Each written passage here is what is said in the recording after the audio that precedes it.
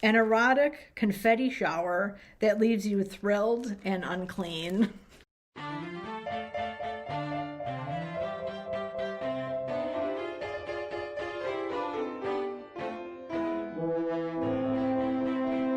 Hello, everyone. It's the Book Cougars, two middle-aged women on the hunt for a good read. I'm Emily. And I'm Chris.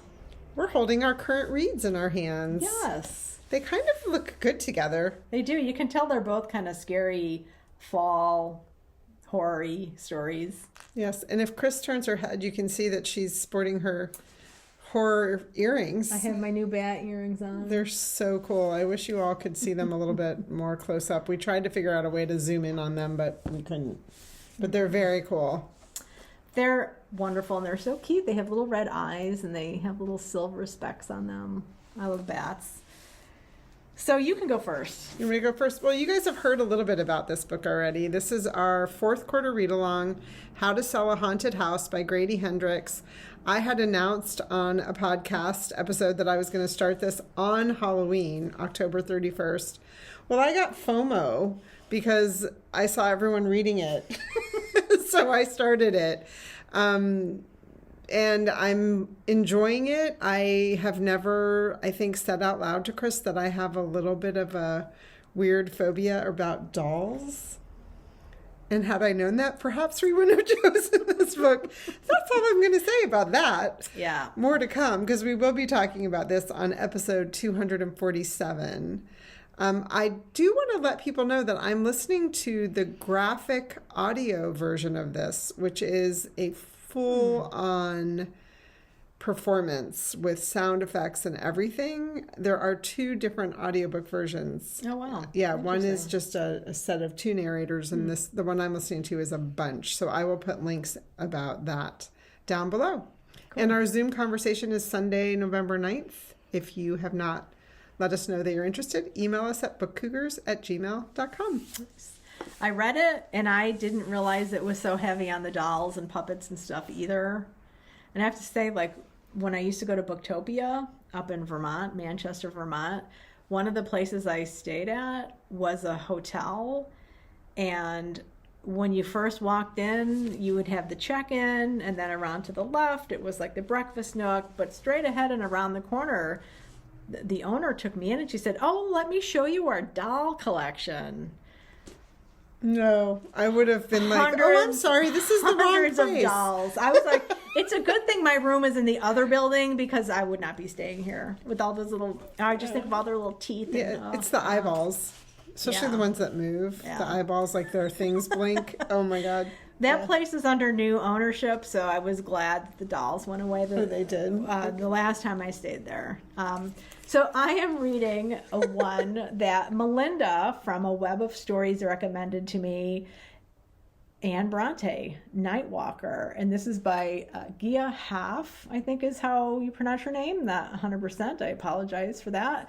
But this is the actual Anne Bronte, the writer of Agnes Grey and The Tenant of Wildfell Hall, one of the famous Bronte sisters, who is now living in Asheville, North Carolina, and she's a vampire, although she prefers the term Nightwalker as opposed to vampire.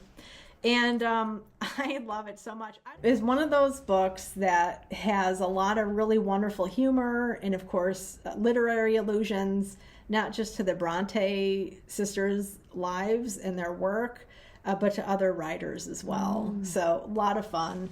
I'm almost finished. I almost blew off coming to record this video, but alas, I did not, because I'm so dedicated to literature and to my buddy Emily that, I wouldn't do that.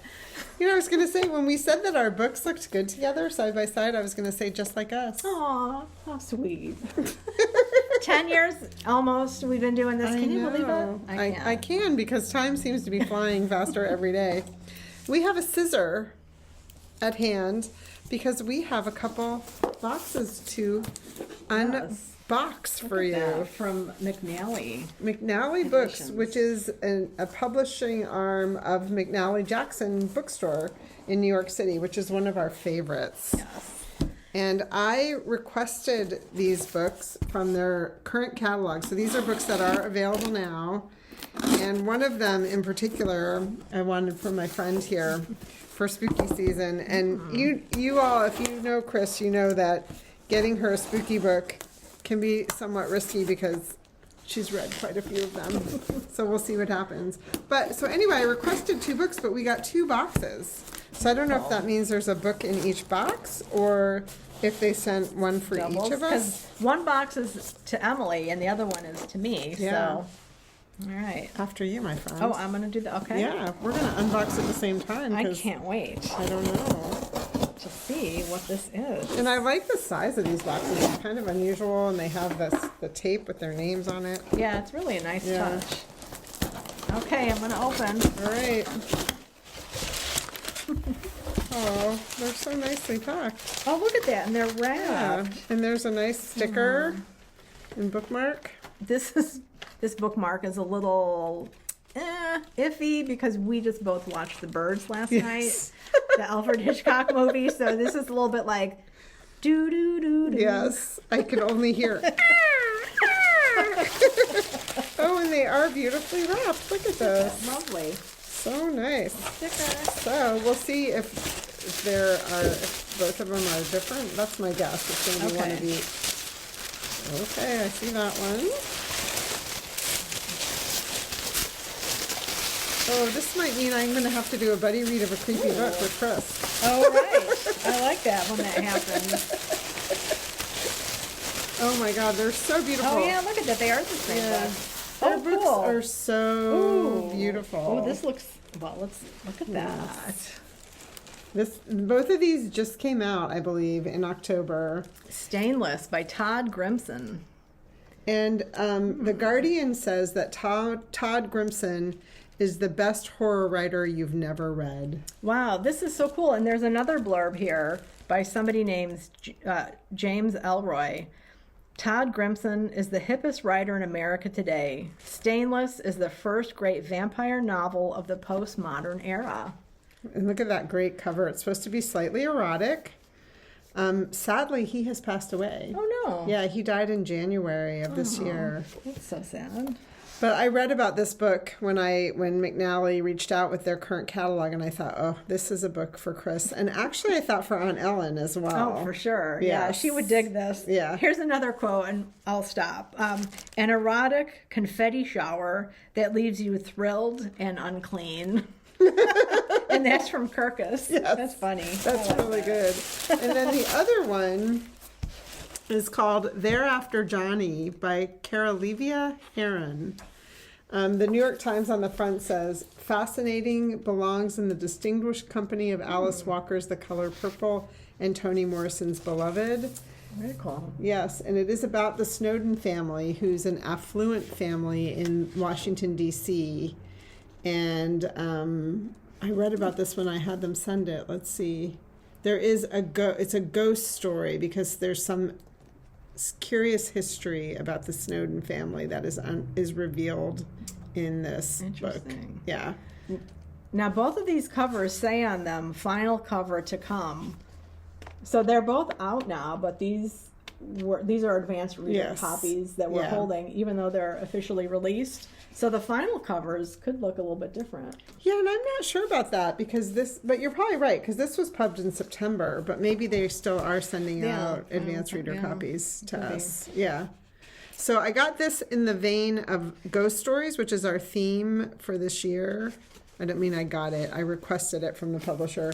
And then I requested this specifically for our vampire lover over here for spooky season. Thank you. So we'll put the links to these in the show notes down, or not in the show notes. This isn't the podcast. In the comment, or what do you call that section? I think people just say down below. We'll put it down below. And while you're down below, you might as well hit like and subscribe. Why not? How smooth is that? That was really good, Chris. I'm impressed. And thank you to McNally Editions. Yes, thank and you. We'll just put a link to them in general because their catalog is fantastic. Highly recommend. They don't put out a lot of books, but they could put out really high quality. Indeed. Yeah. What do they do? Do they do 12 books a year? I don't remember. Sure. And I know, that can change from... All right, I'm year to throwing my year. box. Ready? Okay. Clunk. Making space because we have piles of books. If you could see the other side here. So the last thing we wanted to talk about is upcoming reads, right? I'm super excited that it's Nonfiction November just around the corner. It's October 31st. November 1st starts Nonfiction November. And I don't have the book with me. I epically failed and left it at home. So we'll put a screenshot up here of it. But the book that I plan on reading for Nonfiction November is Citizen Reporters, S.S. McClure, Ida Tarbell, and the magazine that rewrote America. And this is by Stephanie Gordon, and it came out in 2020. And McClure's is the magazine that Willa Cather edited. So that's one reason I'm reading it. And I'm just really kind of curious, too. I've always been curious about Ida Tarbell. And I don't know that much about McClure himself. I think he was a little mercurial, as wealthy men who own newspapers can be. Yes. So that is an upcoming read for me in November. But as soon as I finish with Anne Bronte, this is next. Yes. Louise Penny, The Black Wolf. The last one was The Gray Wolf, The Gray Wolf, right? Yeah. Yep. So this one just came out on Tuesday. Normally, this is the first time I've This is the first time I bought the ebook. I usually get the hardcover. Yeah. I had the hardcover sent to my mom, and I'm using my trusty Kobo with a bat. There's a theme. Look at that.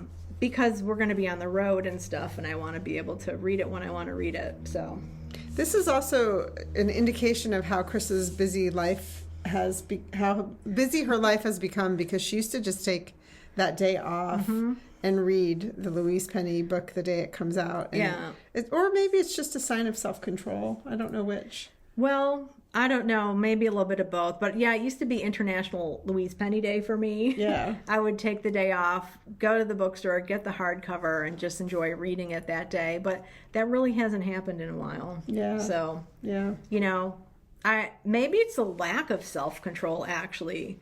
Because I have it, and I can read it whenever I want. Oh, okay. I don't know. Well, we'll be curious. I know you liked The Gray Wolf. We'll be curious how you like...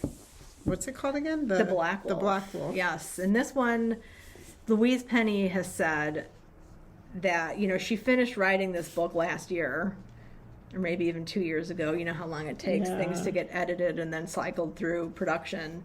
And she said some of this book looks now like it was ripped from today's headlines. Oh, wow. Yeah. Interesting. So, yeah. Which maybe she's sad about. Who knows? Well, yeah, she's not doing any tours in America, in the United States, I should say, this time around because of the political situation. She is doing a book event with Barnes & Noble that will be streamed. Virtual. Yeah, so. We'll put a link to that down below. What's that? Oh, So this is just one I want to remind people about. We talked about it on a previous video. It is publishing on November 4th, so on Tuesday. Ladies in Waiting, Jane Austen's Unsung Characters, and this is, I think it's a set of 13 stories. I didn't recount, but each story is written by a different author, and it's an ode to one of the characters that maybe was not, you know, such a forward big character in the various Jane Austen novels. Yeah, just fun, because she has some really great side characters, but, you know, like Elizabeth Bennet usually gets all the glory and whatnot, but yeah, it's cool. I've kind of read around a little bit in it and plan to do more. And this is a final copy that the publisher sent to us, and this is going to be our Patreon giveaway in November, and so we will get that out in the mail next week to a lucky Patreon. So if you've been thinking of joining our Patreon community, now is a great time to do it. If you join at the $1 level or above, you are part of the giveaway group. We do use a random number generator to choose the person. Yes. Yes, and we'll put information about all that below as well. So just a reminder about this one. We mentioned this already, but we are about to record episode 246, and we both watched The Birds. This was directed by Alfred Hitchcock, based on the short story by Daphne Du Maurier, which we talked about on episode 245, because we both read the short story and agreed that we would watch the movie and talk about it on the next episode. So,